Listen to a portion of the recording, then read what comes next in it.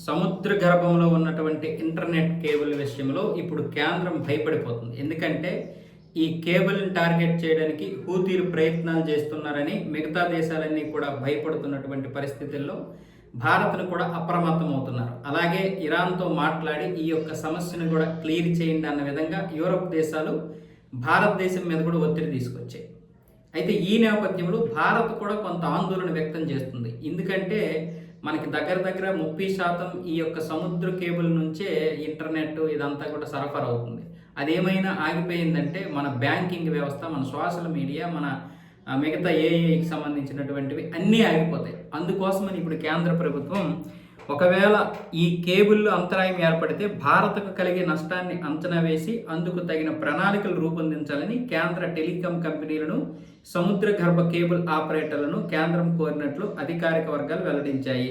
ఈ మేరకు department of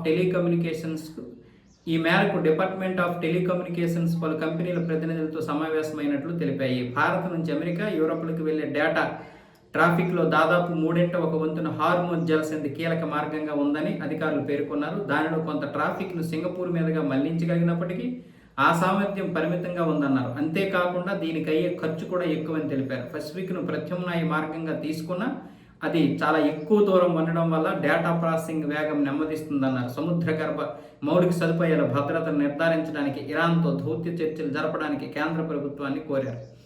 so దాడుల వల్ల ఒకవేళ కేబుల్కి ఏదైనా నష్టం జరిగితే పరిస్థితి ఏంటి? ముందు నుంచే మనం ఇది ఒక ప్రణాళికలు రచించుకుంటే అప్పుడు నష్ట తీవ్రతని తగ్గించవచ్చు అనే విధానంతో కేంద్రం ఏమొచ్చేసి ఈ రకమైనటువంటి నిర్ణయం తీసుకుంది.